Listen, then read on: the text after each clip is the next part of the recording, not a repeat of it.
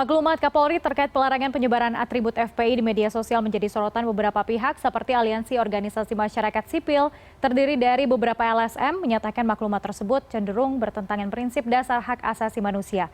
Lalu seperti apa penjelasan lengkapnya sudah bersama kami melalui sambungan Zoom dengan Muhammad Isnur, Ketua Yayasan Lembaga Bantuan Hukum Indonesia bidang advokasi. Selamat sore Mas Isnur, apa yang Anda bisa soroti terkait maklumat dari Kapolri tersebut?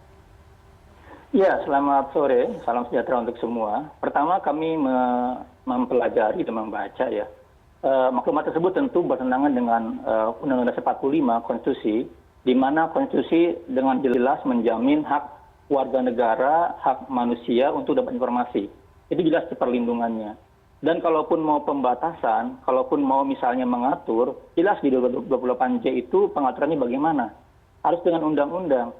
Jadi maklumat tidak bisa membatasi, tidak bisa mengatur sebagaimana ketentuan yang harusnya oleh undang-undang.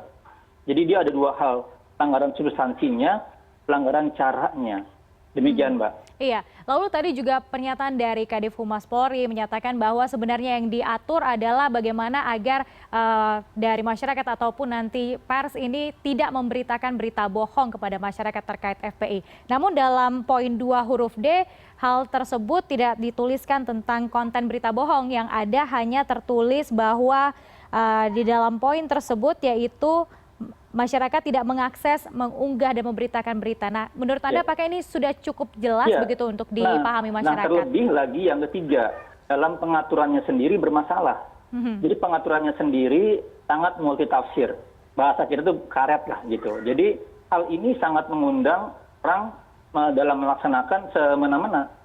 Praktiknya misalnya gini, kenapa jurnalis, kenapa kita sangat khawatir karena pengaturannya nggak jelas. Apa yang tadi disebut oleh Pak Kadif Humas itu kan nggak tercantum dalam undang-undang, dalam maklumatnya gitu. Nah, kalau buat undang-undang itu pengaturan harus detail. Ada istilahnya lex stricta, nggak boleh dia bisa ditafsirkan seperti itu, harus tertulis dengan jelas, unsur-unsurnya harus terpenuhi dengan lengkap gitu. Jadi kalau seperti ini besok sama jurnalis khawatir, masyarakat juga sangat khawatir seperti apa kontennya. Dan kalau kemudian aparat di lapangan memandang ada seseorang yang kemudian memenuhi unsur-unsur di sini, bisa ditangkap, bisa ditindak gitu. Karena kan pedomannya nggak jelas. Unsur kalimatnya nggak terpenuhi tadi asas legalitas dan ketentuan bagaimana mengatur undang-undang. Jadi bisa jadi misalnya besok-besok penangkapan di mana-mana banyak. Nah, hanya dengan unsur seperti ini saja. Itu yang kita sangat khawatirkan ya. Dan ini tentu dalam konteks pengaturan, dalam konteks ketentuan di Undang-Undang 145, ini banyak melanggar. Demikian, Mbak. Berarti dari pernyataan Anda dalam artian bahwa dengan adanya maklumat Kapolri ini, masyarakat sipil akan semakin terancam begitu?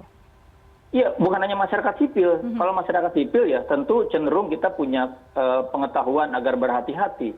Tapi kalau masyarakat biasa yang nggak tahu bagaimana berbicara gitu ya, yang mereka nggak tahu apa itu peraturan, mereka bicara saja, buat satu saja, tiba-tiba dijemput, tiba-tiba ditangkap, tiba-tiba dipermasalahkan secara hukum.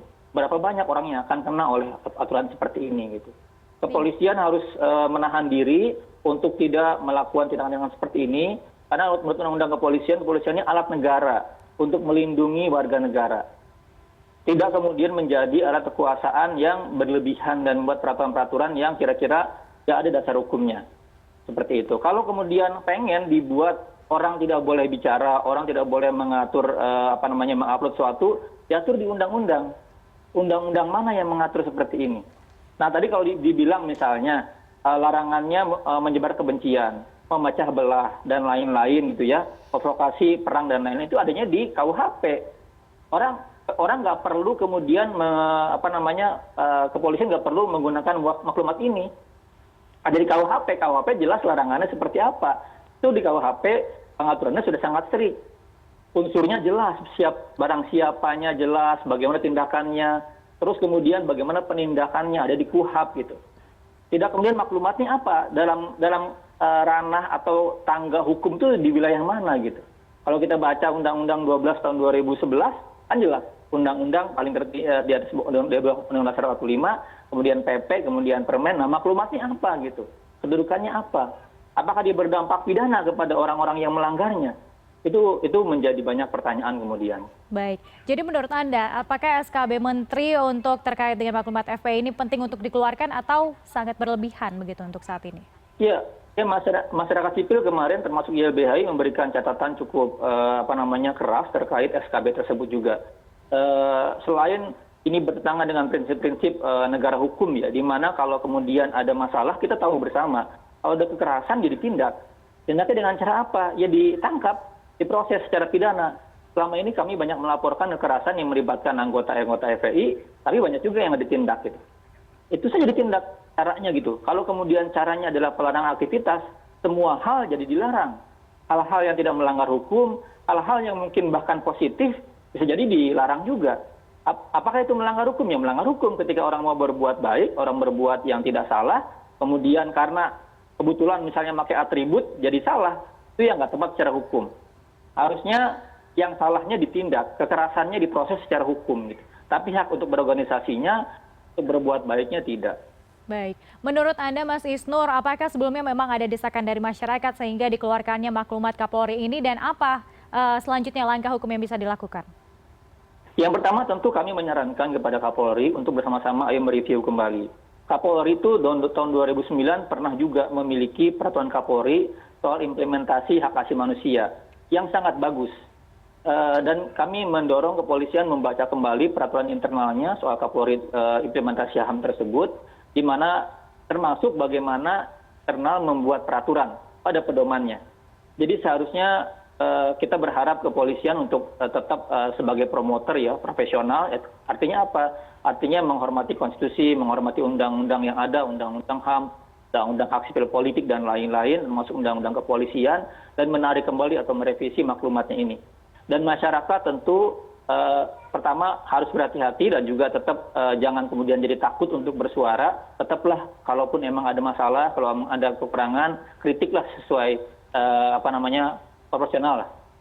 Seperti itu. Jangan jadi takut, jangan jadi berbicara. Ini negara demokrasi, hak kita untuk mendapat informasi, hak kita untuk bersuara itu dijamin oleh Undang-Undang Dasar 45 sebagai pegang kita bersama. Jadi jangan takut. Termasuk jurnalis juga sama. Tentu dilindungi oleh Undang-Undang Dasar 45 dan Undang-Undang Pers, teruslah bersuara, teruslah bekerja sambil kita mengkritisi dan memperbaiki beberapa hal yang keliru ini. Baik. Demikian, Mbak.